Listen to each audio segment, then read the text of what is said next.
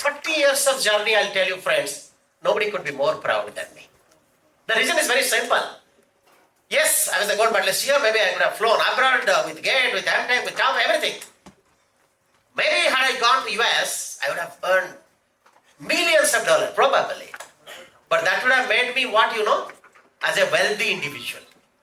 Wealthy man in US. But today, I may not be wealthy, but I am a rich man.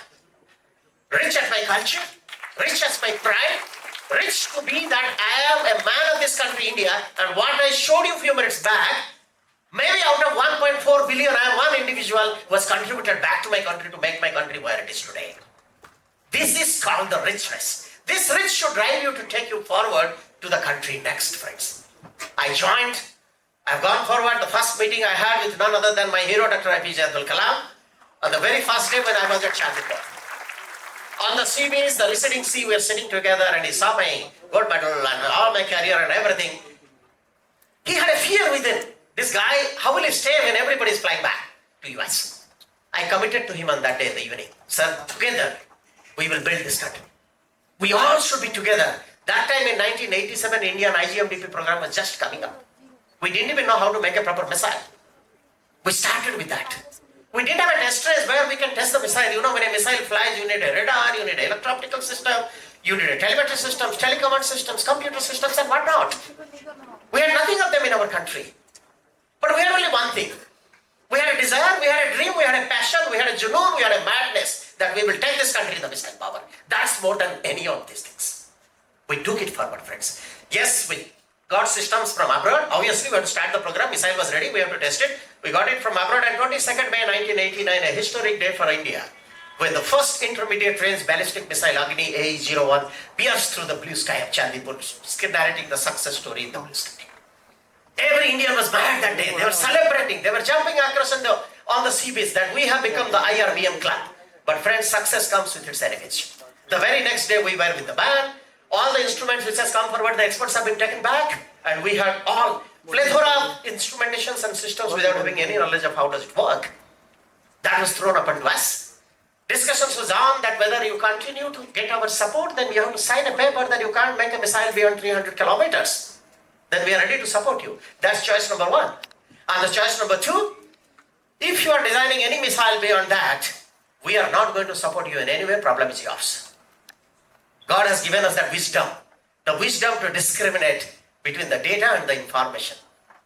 We selected the information, we understood what it is telling us. Beyond 300 kilometers, we cannot do. That's called lack of freedom.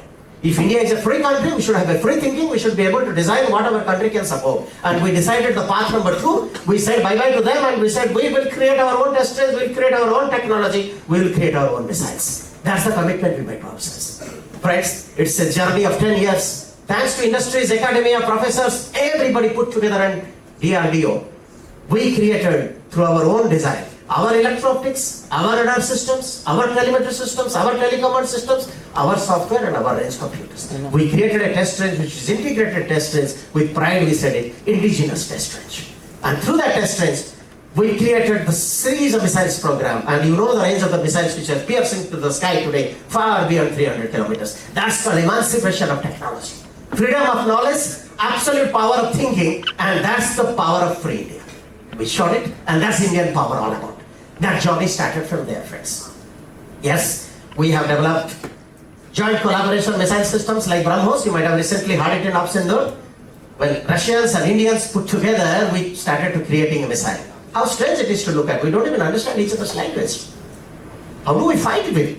And the scientists, the basic criteria is we have to fight. If you are not fighting, we are not scientists. If all of us are agree, then one is enough, is it not? The fact that we are the scientists, we have to disagree on the facts, we have to debate on the facts, we have to understand and justify what is correct. To do that, we need the language. Through the interpreters, through the documentations which we don't understand, but still India dared to think that we can create a joint venture missiles called BrahMos. Brahmaputra and Moscow river together, acronym called BrahMos, with 290 kilometers, because it has to be less than 3 with international cooperation. We made BrahMos, we realized it first time, we made it on land, we made it on sea, we made it on air. And then the story has unfolded all further. So the journey of missiles program, coming to multi-missiles, coming to ballistic missiles defense, and all that journey of India finally coming out as a technology resurgence of power across the world to show to the rest of the world that here is a country called India who has a power to think, who has a power to design, who has a power to develop, and who has a power to deliver to the world what the technology and defense is all about. That's all. It's been the small journey of such a great success story together with Dr. Kalam, all that we have learned. But with one reason, at every pulse of it, and every pride of it, we should have within that we are the country who should be proud to show to the world what we are. Journey didn't stop there, friends. Yes, I have started becoming the director of that lab, then afterwards I have gone to the electronics, and being a man from electronics, I love to embrace that challenge, and today, the entire defense electronics, right from submarine to the space, is being designed and developed by India, by our own people, by our own industries, by our own faculties and professors and DRDO together. How many countries in the world have their own fighter aircraft, friends? We look at India is one such country which has got its light combat aircraft phasers. Whether it's Mark 1, Mark 1 Alpha, Mark 2 or further strength aircraft, we could dream, we could think, we could design, we could deliver. And always I say, a fighter is a toy in the sky if it doesn't have the sensors and the weapons and the equipments with it. And if you have a fighter aircraft in the sky, but the radar is imported, the missile is imported, the EW system is imported, you just don't survive in the sky. In today's geopolitical situation, if you are trying to fight a war, remember friends, every bit of weapon and instrumentation systems must be of your own country. Do you know why? Because it is a rapidly changing geopolitical situation. You don't know the alignment is where. The whole world is transformed from a unipolar nation to a multipolar nation now. And dynamically multipolar, remember this. And look at the war which is going on between Russia and Ukraine. Dynamically the efforts are being done, the systems are being deployed there, designed there, and if it is shortfall, it comes back to the designer's desk, repowered, empowered and deployed again. That's the kind of a dynamic war we are looking forward to. Think for a moment. If we import one weapon systems from somebody, is it possible to be done like that? For every single development of a Delta X, if you want to do, there has to be a contract, there has to be a negotiation, there has to be a payment, there has to be a delivery of at least 24 months. War is over, you are lost. So simple. The point is very simple. In any country, if you don't have the weapons, the sensors, the technology of your own, practically you have lost the war even before you have used a single weapon. So if India has to be relevant in the today's world of geopolitical scenarios, every bit of technology and system should be on our own, of our own, delivered and designed by our people. Another thing which is very important, which the recent war is making you learn, is the transformation of the war tactics. If you look at the First World War, probably it was the armed forces on ground. Probably match to match was a tank. If you go to the next level of the Second World War, it was on the air. Your fat boy and little boy or whatever on that Hiroshima and Nagasaki. So your air power has come. If you look at the subsequent wars, it is more on the ship and more on the air and all that goes on. But if you look at today's war, things have changed. It is asymmetric warfare. Any of you could ever think a tiny drone carrying some kamikaze materials can have a top attack to a gigantic tank and destroy it? That's the kind of a whole change in the world has come. The perspective has changed, the approach has changed. So we all have to change. We have to change the things. Remember friends, change is the only thing which is constant in this world. Those who have resisted to the change has perished. Simple example I'll give you, Nokia, Motorola, if you look at once upon a time, they were the world leaders. I'm not alligating to any company here.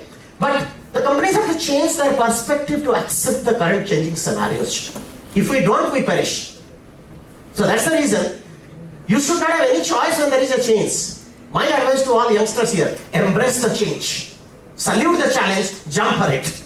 Look at the swimming pool, never measure the depth, first dive, then measure. If you measure, you can never dive.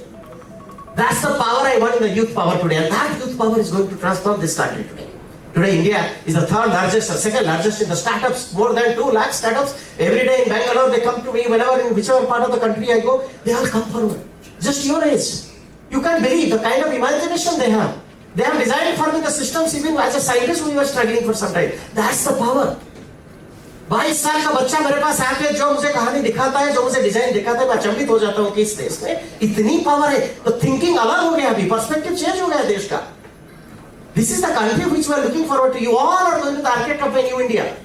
You are the people who are going to change your perception. Don't go by the theory the same which is being taught. Yes, taught. Subjects have been taught to explain you the concepts, not to control your mind. The mind has to be free.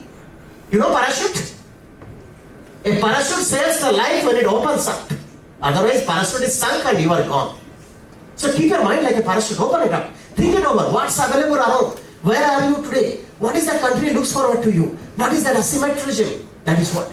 And world today leads in technology. The future war, I tell you, the entire war is going to be 5-dimensional. I think you all have heard about 3-dimensional warfare: land, sea, and air, right? Navy, army, and air force. These are the 3-dimensional warfare. But today, friends, it has become 5-dimensional. Which are the other 2 dimensions? Space and cyber. Today, space is going to be the area to conquer. Our whole life is connected with satellites. You agree with me? All our data goes through the satellites. The connectivity is through the satellites. And we don't kill today the missiles to the land. We kill the satellites. You know, India was one of those countries who made the anti-satellite missiles. You might have all heard in 2018, 2019, we did that. We're the first country in the world to create our own missiles to target to our own satellites in the space on the first attempt. I doubt whether any other country has done that so far. That's the kind of a power the country has. In fact, it is extending further. Today, no more missiles. The satellites are moving around satellites. And one satellite is extending the robotic arm and capturing your satellite and throwing it out. That's the kind of a whole concept which has come up today for the futuristic space war. Friends, we have to be ready for it. Our technology has to be mature enough to prepare us for this. That we should conquer the space. We should be the king of the space. That's the 4th warfare. And what is the 5th warfare? I told you a few minutes back. Cyber. Cyber is going to be the greatest threat today. Because we are data-centric. Everything is controlled by the war room. Today the war is fought in the war room, not in the battlefield. And if we don't protect our data, we are out. So if you can attack somebody's data, you have lost the war even before the war is fought. That's the power of the cyber. So 5-dimensional warfare today to take you forward will make your country the most powerful country in the world today. And if it happens, my dear friends, the future for you, thinking in these lines, is going to be absolutely perfect to take India to the next level. You are the power of that country, my dear friends. You have the history which I showed you now. Unfolding ahead is going to be the possibilities for you, which is infinite. The approach for you has to be absolutely honest, perfect, and nobody had ever done it. That is the approach which you are going to take it to the next level. Friends, there is a very interesting saying I saw somewhere. If you want to be a global leader, you should have a good PH. You have all read PH enough for your entrance. But my PH is different. P is for peace and H is for happiness. That combined PH is going to take your country to the next level. And if India is going to be a world leader, friends, definitely as a technology superpower, we are emerging as a great nation. Collaborations, love and affection is what makes you to be one of the powerful nations. And India today embraces people. If you look at the history of India, it is one country who has never initiated a war with any other country. I remember when we had the nuclear things, we said, Buddha smiles. Why did it say Buddha smiles when there is an explosion? Buddha is the symbol of peace. Buddha smiles because India is a country of peace. India has never attacked any country, but India is repeatedly attacked by multiple powers and forces in the past. And today, with the power of nuclear, with the power of energy, with the power of technology, nobody will ever look to attack India because strength commands strength. And when nobody attacks India and India attacks nobody, then what prevails? That's peace. It's the peace which is going to make you the world leader and the peace which is going to make India the best in the world. And before I conclude, let me tell you, again in my style, the expansion of peace. What does my peace stand for? Because India has got a great role today for the world. I said, P stands for PH, the peace and happiness. What does E stands for? Engineering. Indian engineering is going to control the world today with your power of analytical mind and your approach. What does A stands for? Very interesting. Artificial intelligence for automation. India is going to be a global leader in artificial intelligence, friends. Do you know why? Because artificial intelligence requires 3 aspects. Analytical mind, power of processing, voluminous data. Who has the better analytical mind than Indians? And the power of processing has come to India today. And India has got the highest data because we have got the richest history. So A stands for artificial intelligence. What does C stands for in peace? The climatic change. If all of you as Indians are going to have an appeal to the world, design and develop such systems which can protect us from this climatic change. Remember, friends, a few minutes back I said somewhere, millions of years back God has handed over a beautiful globe to us, a globe full of peace and tranquility. Over the years, we have grown in technology, but we have killed the earth. A time has come for all of us as a responsible citizen to recreate the earth which was there millions of years back. That's called the contributions to the world, mankind. And that can happen if your design and development can protect the climatic change. Then what does E stands for? The energy management. Today, energy is going to be the biggest crisis in the world. All coal, everything, hydropower will be over, friends. I'm very happy that India is the leader now with renewable energy, with solar energy, with hydrogen bus recently you saw. So if all the 5 parameters you control, what is that?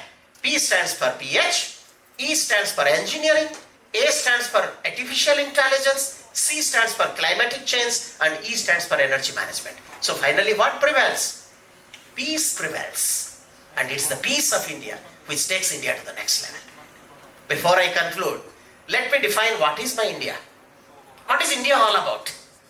India is also a big acronym for me. What does I stands for? Institution. All of you. I stands for institution where the creative idea comes up. What does N stands for? Nascent forces. The startups, the incubators, the MSCs who translate your unique ideas to the concepts. What does D stands for?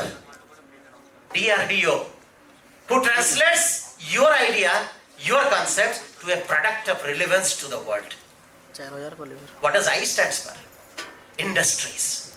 When DRDO develops and proves a product, it is the industry who creates multiple of them with equal and identical performance, that if my armed forces at random lifts one missile, it should work 100% and pinpoint attack, because in a war, there is nothing called a runners-up. Either you win or you perish. So our armed forces have to trust the system which we design. And then what does A stands for? You guessed it right. Armed forces. We are proud to be the Indians. May God bless you. Thank you so much. Each one of you coming today, you will be a reason of smile for my beautiful country, India, the Bharat. Love you all. Thank you so much. Jai Hind. Namaskar.